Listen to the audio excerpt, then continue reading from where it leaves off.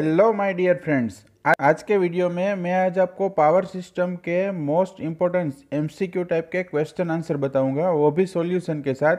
तो यहाँ पे जो दोस्तों एमसीक्यू होंगे वो आने वाली जेडको, पीजीसीएल और जीएससीसीएल की एग्ज़ाम के लिए काफ़ी इंपॉर्टेंस रहने वाले हैं। उसके साथ ही इलेक्ट्रिकल की कोई भी कॉम्पिटिटिव एग्ज़ाम होगी तो उसके लिए पावर सिस्टम ऐसा टॉपिक है जो सभी के लिए काफ़ी इंपॉर्टेंस है। उससे पहले दोस्तों, अगर आपने हमारे चैनल को सब्सक्राइब नहीं किया है तो पहले सब्सक्राइब कर दीजिए, साथ में बेल आइकन भी दबा दीजिए ताकि आने वाले वीडियो की नोटिफिकेशन आपको जल्द से जल्द मिल सके। और इन सभी का मटेरियल है वो हमारी टेलीग्राम चैनल में भी आपको मिल सकते हैं। तो चलिए हमारे पहले एमसीक्यू से हम देखते हैं।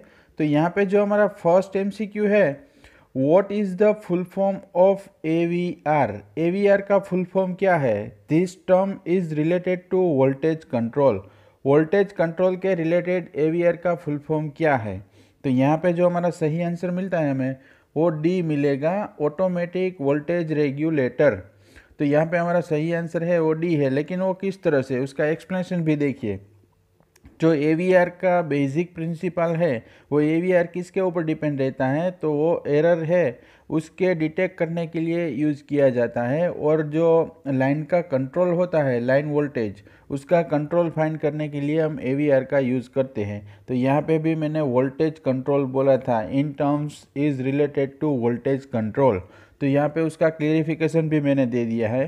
तो सभी के हम क्लेरिफिकेशन और जिसका कैलकुलेशन होगा वो कैलकुलेशन सब बताने वाले हैं। उसके साथ ही हमारा नेक्स्ट क्वेश्चन है, what is the limit with in which the consumers and terminal voltage should be maintain. जो कंज्यूमर्स एंड टर्मिनल वोल्टेज होते हैं उसकी लिमिट क्या होती है मेंटेन करने के लिए?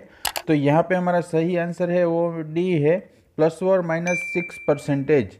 लेकिन वो किस तरह से? तो देखिए मैं आपको एक्सप्लेनेशन भी बता सकता हूँ।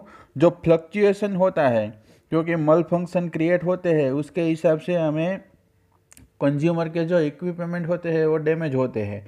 तो इसीलिए हमारा जो वोल्टेज का जो प्रिस्क्राइब्ड लिमिट होता है वो ±6% जितना होना चाहिए। जो सप्लाई वोल्टेज हमें मिलता है उससे ±6% जितना हो सकता है, ताकि हम जो हमारे कंज्यूमर है वो सही तरीके से कोई भी इक्विपमेंट को ऑपरेट कर सके। इसीलिए हम 6 ± 6% रखते हैं। तो यहाँ पे हमारा नेक्स्ट क्वेश्चन है अब, a transmission line of 200 kilometre is supplying at 50 hertz frequency, what is the percentage rise in voltage at receiving end. Receiving end side के वोल्टेज है कितने राइज होते हैं, परसेंटेज राइज। तो यहाँ पे मैं आपको आंसर बताता हूँ। जो हमारा सही आंसर है वो हमें सी मिलता है 2.19%। लेकिन वो किस तरह से? तो देखिए कैलकुलेशन में किस तरह से हम फाइंड कर सकते हैं। तो percentage rise in voltage is equal to, यहाँ पे इक्वेशन दिया गया है, इक्वेशन में हम सोल्व करेंगे तो यहाँ पे हमारा सही आंसर हमें मिलेगा वो 2.19% मिलता है। तो यहाँ पे हमारा सही आंसर होगा सी। उसके बाद जो नेक्स्ट क्वेश्चन देखें, which of the following equipment और element can reduce Ferranti effect. इनमें से कौन से एलिमेंट है या इक्विपमेंट है जो फेरेंटी इफेक्ट को रिड्यूस करता है? तो यहाँ पे हमारा सही आंसर है वो डी है, करंट लिमिटिंग रिएक्टर, CLR जिसे बोलते हैं, करंट लिमिटिंग रिएक्टर। लेकिन वो करंट लिमिटिंग रिएक्टर ही क्यों यूज़ होता है?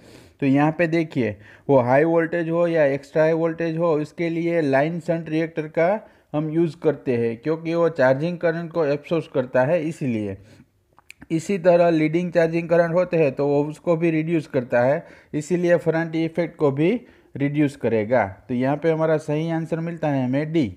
उसके बाद जो नेक्स्ट क्वेश्चन देखें, the skin effect is an phenomena observed in. जो स्किन इफेक्ट होती है वो कहाँ पे होती है? तो यहाँ पे हमारा सही आंसर है वो हमें सी मिलेगा, कंडक्टर में हमारी स्किन इफेक्ट है वो ऑब्जर्व की जाती है। उसके बाद जो क्वेश्चन देखें, the open wire transmission line consist of. जो ओपन वायर होते हैं तो यहाँ पे हमारा सही आंसर है वो सी मिलता है, बोथ कंडक्टर एंड डाइइलेक्ट्रिक दोनों होते हैं। लेकिन वो किस तरह से होते हैं? क्योंकि डाइइलेक्ट्रिक स्ट्रेंथ के ऊपर डिपेंड रहता है और कंडक्टर है वो किस तरह का मटेरियल है, उसकी साइज़ क्या है, उसके ऊपर डिपेंड रहता है। उसके बाद जो नेक्स्ट क्वेश्चन देखें, super conductors have, super conductors क्या है, तो सुपर कंडक्टर्स है, उसकी जो हमारा सही आंसर होगा वो हमें ए मिलेगा। A almost zero resistivity, super conductors की रजिस्टिविटी जीरो होती है। वो किस तरह से, तो देखिए यहाँ पे जो एग्जांपल के फॉर्म में भी मैंने दिया है, तो आप एक्सप्लेनेशन में रीड कर सकते हैं कि semiconductors are those which carry current with almost zero resistivity at a very low temperature. तो यहाँ पे एग्जांपल है, lead at 272 degree centigrade, so they have a very huge amount of current flow through them, जो current है वो ज़्यादा flow कर सकते हैं। उसके बाद जो नेक्स्ट क्वेश्चन देखें, इंसुलेशन ब्रेकडाउन में अकर्स एज, इंसुलेशन ब्रेकडाउन कब होता है, तो यहाँ पे हमारा सही आंसर है वो हमें ए मिलता है। हाई टेम्परेचर जब होता है तो इंसुलेशन में बैकग्राउंड होता है, ब्रेकडाउन हो जाता है, क्योंकि हाई टेम्परेचर होता है। इसके लिए इलेक्ट्रॉन जो होंगे वो इंसुलेशन में से काफ़ी फुल फॉर्म में वो फ्लो होंगे। तो यहाँ पे जो एनर्जी बैंड गैप है और वैलेंस बैंड गैप है, उसके बाद कंडक्टेंस बैंड गैप है, तो उस गैप में काफ़ी ज़्यादा ट्रैवलिंग होने लगता है, इसीलिए हमारा इंसुलेशन है वो ब्रेक हो जाएगा। उसके बाद जो क्वेश्चन देखें, the rubber use in the wheel of aeroplane is, aeroplane में जो व्हील के रबर होते हैं वो किसके यूज होते हैं, तो यहाँ पे हमारा सही आंसर है वो हमें ए मिलता है, परफेक्ट इंसुलेटर, परफेक्ट इंसुलेटर से है बने होते हैं। तो वो किस तरह से, देखिए उसका भी मैंने एक्सप्लेनेशन दिया है। Due to high frictional during take off, जब वो टेक ऑफ होता है तब हाई फ्रिक्शन होता है। A huge amount of charge is produce on the rubber of the wheel of a plane, plane का जो व्हील होता है उसमें काफ़ी ज़्यादा चार्ज है वो प्रोड्यूस होता है उस रबर के, तो उसके चार्ज को हम क्या करते हैं, उस ग्राउंड के हिसाब से ही लगाते हैं। तो उस रबर की जो कंडक्टिविटी होती है वो स्लाइटली होनी चाहिए, ह्यूज चार्ज प्रोड्यूस, और स्पार्क होने के लिए भी हो सकता है, उसमें एक्सीडेंट होने का भी भय हो सकता है। तो इसलिए हमारा परफेक्ट इंसुलेटर है वही हमें यूज़ करना चाहिए ताकि हमें कोई दिक्कत ना हो। उसके बाद जो क्वेश्चन देखें, how many classification of overhead line insulators are there, insulators है वो कितने टाइप्स के होते हैं जो ओवरहेड लाइन में होते हैं, तो यहाँ पे हमारा सही आंसर है वो हमें मिलता है थ्री टाइप्स के होते हैं। लेकिन थ्री टाइप्स में क्या है, पिन टाइप इंसुलेटर है, सस्पेंटेंस टाइप इंसुलेटर है और स्ट्रे इंसुलेटर है। तो ये तीन टाइप्स के इंसुलेटर ओवरहेड ट्रांसमिशन लाइन में होते हैं। उसके बाद जो क्वेश्चन देखें, what is the dielectric strength coefficient of thermal expansion of glass with respect to porcelain insulator, तो यहाँ पे जो पोर्सेलिन इंसुलेटर की है वो कोफिशिएंट कितनी होती है, तो यहाँ पे हमारा सही आंसर है वो हमें बी मिलेगा, हाई एंड लो। वो किस तरह से, तो देखिए एक्सप्लेनेशन में भी मैंने बताया है, जो ग्लास हम यूज़ करते हैं उस ग्लास के हिसाब से हाई डाइलेक्ट्रिक स्ट्रेंथ होती है, उसके कंपेयर में पोर्सेलिन 60 kV पर सेंटीमीटर जितना होता है। तो इसी तरह से हमारा जो एक्सपेंशन है कंपेयर टू पोर्सेलिन, तो उसमें हाई और लो हो सकता है। उसके बाद जो क्वेश्चन है, What happens when some serious phenomena occurs in the insulator?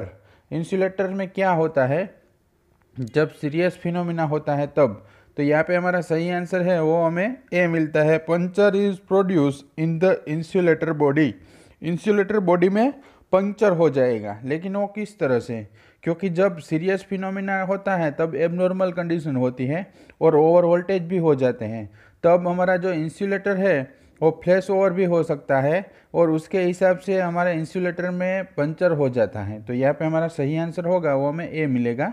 उसके बाद जो क्वेश्चन देखें, what is the effect of rain on string efficiency, string efficiency के ऊपर रेन की इफेक्ट क्या होती है, तो यहाँ पे हमारा सही आंसर है वो हमें डी मिलेगा, it is improved, string efficiency हमारी इम्प्रूव होती है। तो देखिए किस तरह से हमारी एफिशिएंसी इम्प्रूव होगी वो भी मैंने यहाँ पे एक्सप्लेनेशन में दिखाया है कि जब रेन होता है तो इंसुलेटर में क्या होता है, म्यूचुअल कैपेसिटेंस है होगा वो इंक्रीज होगा, उसके साथ ही हमारा शंट कैपेसिटेंस है वो रिमेन कांस्टेंट होगा। तो वो भी क्या होगा, उसकी वैल्यू भी हमारी के जितनी होगी, तो के है उसका इन्वर्सली होगा, तो हमारी स्ट्रिंग एफिशिएंसी क्या होगी, इम्प्रूव होगी।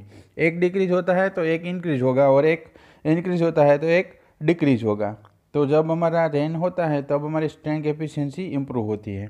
उसके बाद जो नेक्स्ट क्वेश्चन देखें, arcing horns are used for, arcing horn हम लोग क्यों यूज़ करते हैं, तो यहाँ पे हमारा सही आंसर है वो हमें बी मिलता है, प्रोटेक्टिंग इंसुलेटर फ्रॉम क्रैकिंग और breaking due to flash over. जब फ्लैश ओवर होती है तब इंसुलेटर को क्रैक और ब्रेक होने से बचाता है। तो यहाँ पे आर्किंग वॉर का हम इसलिए यूज़ करते हैं। तो यहाँ पे भी उसका जो मैंने डिस्क्रिप्शन दिया है, जब कोई भी इंसुलेटर है, ओवर इंसुलेटर होते हैं, उसमें क्रैक या ब्रेक होने के चांसेस काफ़ी है, क्योंकि वो हीट के हिसाब से होता है। तो जब हमारी हीट बढ़ जाती है तो यहाँ पे हमारा आर्किंग वॉर्न है वो बजने लगता है, और हम कोई भी इंसुलेटर को प्रोटेक्ट कर सकते हैं।